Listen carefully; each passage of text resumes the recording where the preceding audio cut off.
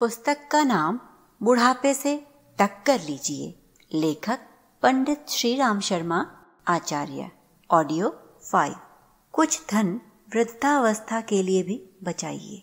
नासमझी में जी गई जिंदगी की शाम वृद्धावस्था उस छोटे बच्चे की तरह होती है जिसे बार बार गलती, असावधानी और उतावली के लिए झिड़क और कठोर शब्द सुनने पड़ते हैं।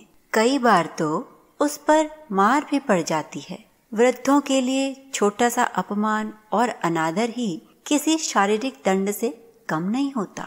इधर यदि उन्हें झूठा अभिमान और दंभ का द्वेष आ गया तब तो वे अपने परिवार की भी दुर्गति कर देते हैं। बच्चों की शादियों में भारी खर्च, मुकदमे कचहरी में अपव्यय, बहू और नातियों के लिए जेवर आदि बनाकर वे बच्चों का स्नेह जीतना चाहते हैं, पर उसके परिणाम उल्टे ही होते हैं। उससे दूसरों का भी अनुचित मार्गदर्शन होता है। जो अपनी दोनों भुजाओं का पसीना एक करके कमाता है वही पैसे की कीमत जान सकता है। दूसरे उस कठिनाई को किस प्रकार अनुभव कर सकते हैं। इसलिए हर गृहस्थ को अपनी गृहस्थी की गाड़ी ठीक तरह से चलाने के लिए अपनी गाड़ी कमाई को खूब सोच समझकर खर्च करना चाहिए।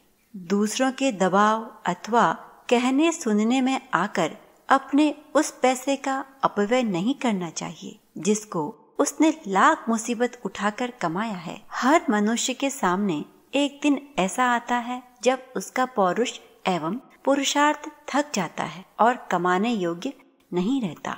बहुत कुछ ही भाग्यवान ऐसे होते हैं जो जीवन के अंतिम क्षण तक कमाने योग्य बने रहें अथवा कमाते रहें। नहीं तो जवानी की आयु में जीविका के लिए कठिन श्रम करने और हजार तरह के झंझट झेलते रहने से हर साधारण व्यक्ति का पौरुष आयु के अंतिम चरण में थक जाता है। और वही आयु ऐसी होती है जिसमें सबसे अधिक सुविधा, सबसे अधिक आराम और सबसे अधिक निश्चिंतता की आवश्यकता रहती है।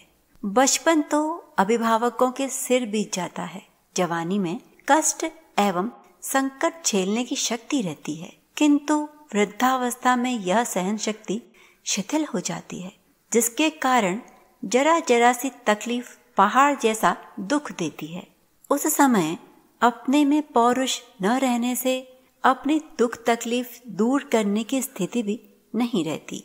किसी प्रकार की आशा अथवा संभावना न रहने में भविष्य घोर अशांतिपूर्ण ही दिखता है। ऐसी दशा में जो वृद्धावस्था शांति पूर्वक भगवत भजन में बिताई जाकर अपना परलोक सुधारने की होती है, वह रोते कलपते अशांतिपूर्ण वातावरण में कटती है, जिससे आयु का अंतिम चरण तो कंटकाकीर्ण हो ही जाता है, परलोक की भी साधना नहीं हो पाती। ऐसी पौरुषहीन वृद्धावस्था में मनुष्य का बचाया हुआ पैसा ही काम आता है।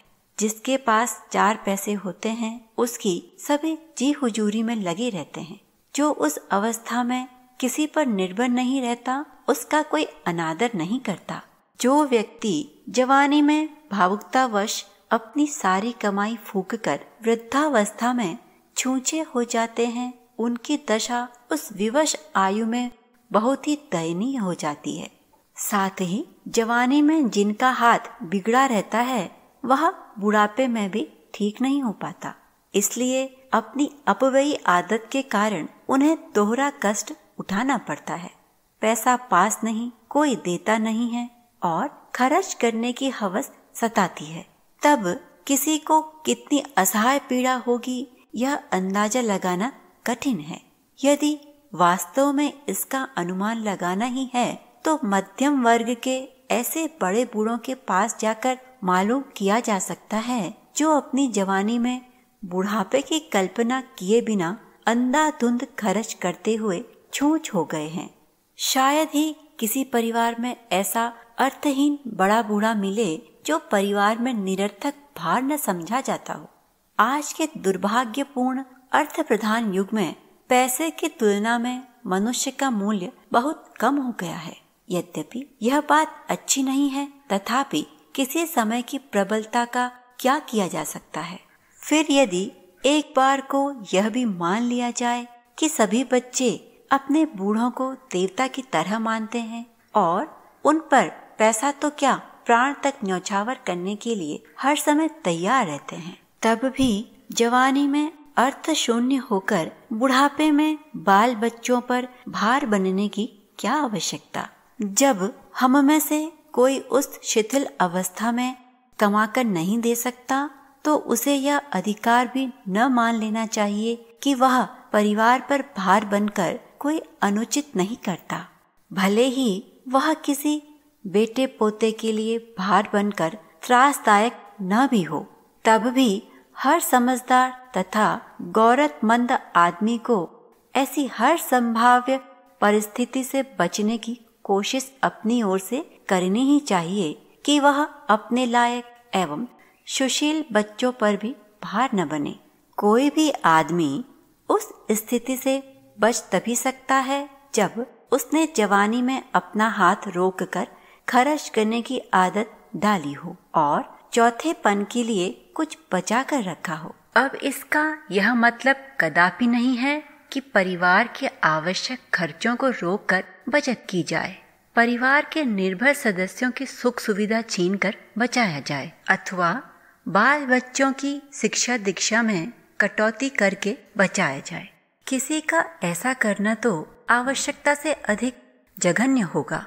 परिवार की सुख सुविधा के लिए हर उचित उपाय करना ही चाहिए। बच्चों की पढ़ाई लिखाई तथा उनके विकास में खर्च होने वाले पैसे में कटौती करना निहायत ही निम्न कोटि की बात होगी।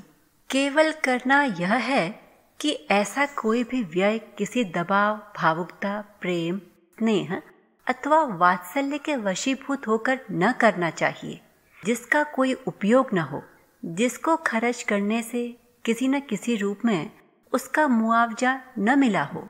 फिर वह मुआवजा चाहे बच्चों की योग्यता, स्वास्थ्य अथवा विकास के रूप में हो, चाहे अपने अथवा अन्य परिजनों के लिए आवश्यक सुविधा के रूप में ही हो। यही आवश्यक नहीं कि किसी का खर्च किया हुआ पैसा आर्थिक लाभ के रूप में उसके पास ही लौटे। यदि खर्च किए गए पैसे का लाभ किसी दूसरे को भी समुचित रूप में होता है, तब भी उस पैसे का व्यय सार्थक ही माना जाएगा। ऐसे उपयोगी व्यय को कदापि अनुचित नहीं कहा जाएगा। अपव्यय तो वास्तव में उस खर्च को कहना होगा जिसका किसी भी व्यक्ति को किसी भी रूप से लाभ न पहुंचे और यूं ही बेकार की बातों में पैसा चला जाए। यदि ईमानदारी से विवेकपूर्ण आंखों से देखा और विचार किया जाए तो पता चलेगा कि मनुष्य अपने जीवन में जितना खर्च करता है उसका अधिकांश भाग वह बेकार की बातों में लापरवाही के कारण खर्च किया करता है। मनुष्य की अनिवार्य आवश्यकता इतनी अधिक नहीं होती जितनी कि उसकी बेकार की पैदा की हुई जरूरतें। यदि मनुष्य खाने कमाने पर 50 रुपया खर्च करता है तो उससे अधिक पैसा वह ऐसी बातों पर खर्च कर देता है जिनकी जीवन के लिए कोई आवश्यकता नहीं होती।